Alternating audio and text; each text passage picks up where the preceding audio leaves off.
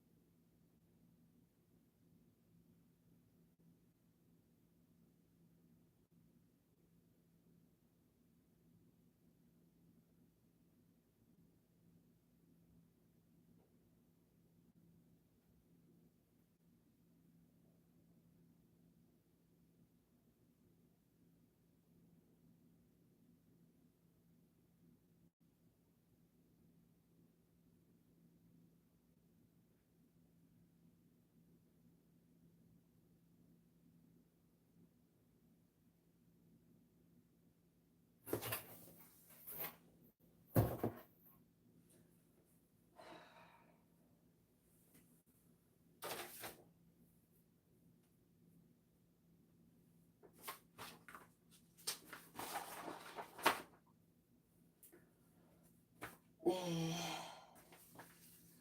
어제 그저께 이어 네, 당근 변호사님께서 네 번째 네, 강간범인한테 이렇게 질문을 합니다.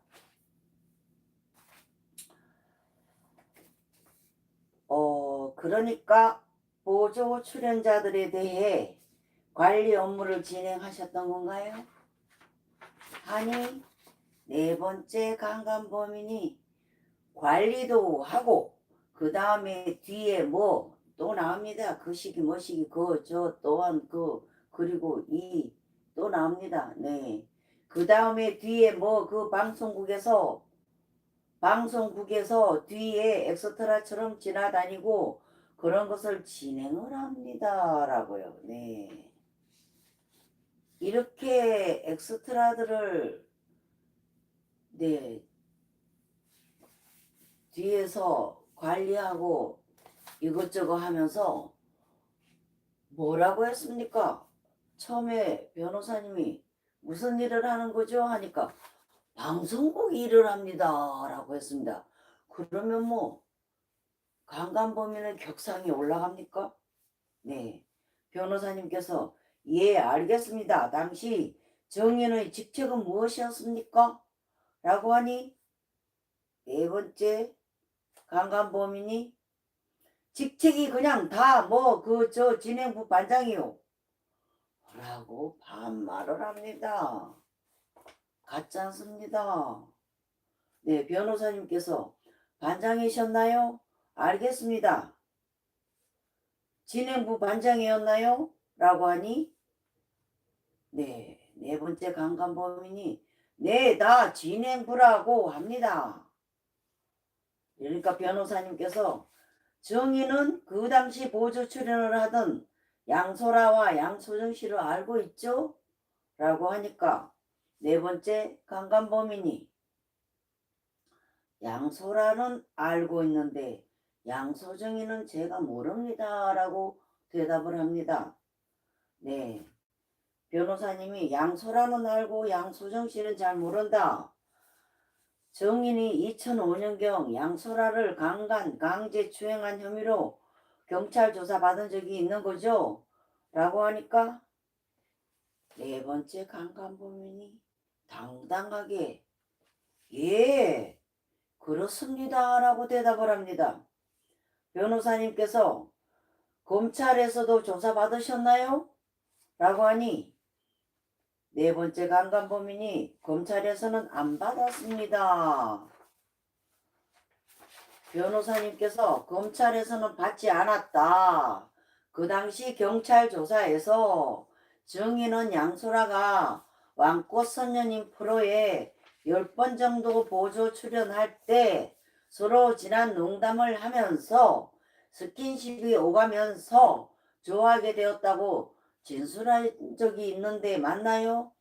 이런 건 전부 다 경찰서에서 다시 진술 받을 적에 거기에 적혀 있는 것을 바탕으로 변호사님은 질문을 합니다.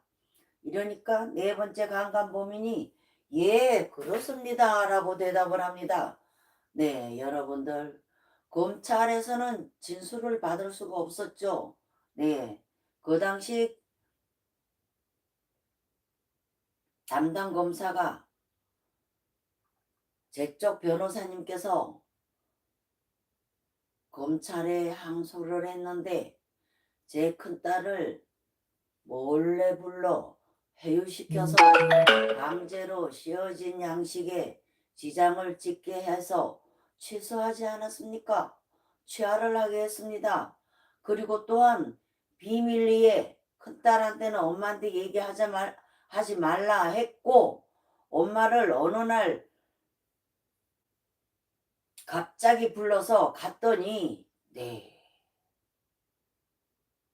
큰딸이 취하를 했다고 해서 저는 머릿속이 하얘지면서 정말 이성을 잃었습니다. 그런데 두 장을 다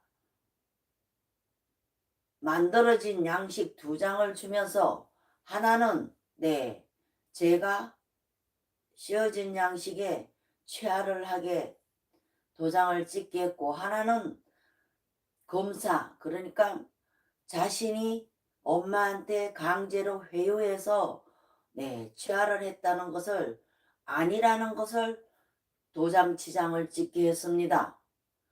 누누이 말씀드리고 제가 죽기 직전까지 기억하고 대한민국 그리고 전 세계에 알리고 싶은 말씀 그 당시 그래도 엄마니까 엄마이기 때문에 하얘진 머릿속은 물론 판단력이 없죠. 그러나 한 가지, 그렇다면 이 12마리의, 12마리의, 정보, 인적 상황, 이거를 넘겨주세요 했습니다. 그 당시 담당 검사가 생각했겠죠? 니까 비쩍 말라 비틀어진 쬐꺼만한 아줌마가 무슨 법을 알겠니? 어떻게 알리겠냐? 라는 이거는 제 표현입니다. 그런 생각이 였다는 것을 제가 추상적으로 생각을 했습니다. 해서 12마리의 인적 사항을 제가 몽땅 넘겨받았습니다. 제가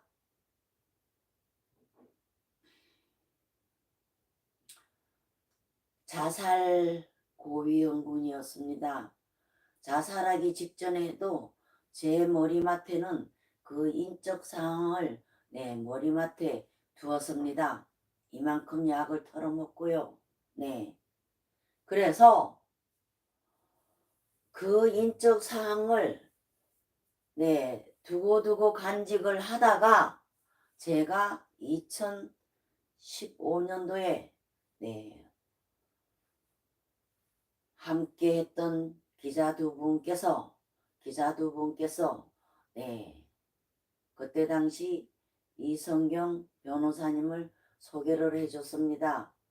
민사재판 때 모든 고소가 상대방 인적 상황을 모르면은 할 수가 없지 않습니까? 그래서 그것을 넘겨줘서 변호사님께서 민사재판을 진행했었습니다. 그리고 여의도 어느 기획사, 그 기획사는 가해자들 12마리를 몽땅 채용한, 지금도 잘 굴러갑니다. 유일하게 잘 굴러가고, 유일하게 MBC에서는 그 기획사에만 일거리를 줍니다. 그 기획사에 성범죄자들이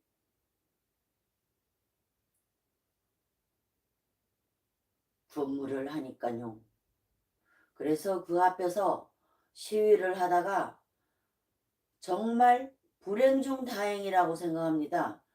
일주일도 못 돼서 제가 형사 고소를 당했는데요. 명예훼손 고소를 당했는데 아마 더 오래 했었으면 제가 동상에 걸려서 쓰러져 그때 당시에 죽었을 겁니다. 일주일도 채 못 되어 고소를 당해서 명예훼손 고소를 당했습니다. 그것이 형사재판 그때의 성범죄자들이 정인으로 나와 정언했던 것을 오늘날 이렇게 한 마리 두 마리씩 그 내용을 알려드리고 있습니다. 제가 살아있기 때문에요. 감사합니다. 오늘도 일부 공개 이 유튜브이지만 지금은 한 분 한 분씩 오셔서 알려져 이 유튜브에 비록 일부 공개이지만 알려져서 벌써 6,000분이 넘습니다. 종전의 수십만 명의 구독자분들 계셨는데요. 가해자들이 차단을 시켰죠. 해서 어떻게 하는 방법을 모르니까 제가 이렇게 영어로 폰보드를 만들어 서툴고 어색하지만 알려드리고 있습니다. 저는 어떻게든 불쌍한 우리 가족들 억울한 죽음을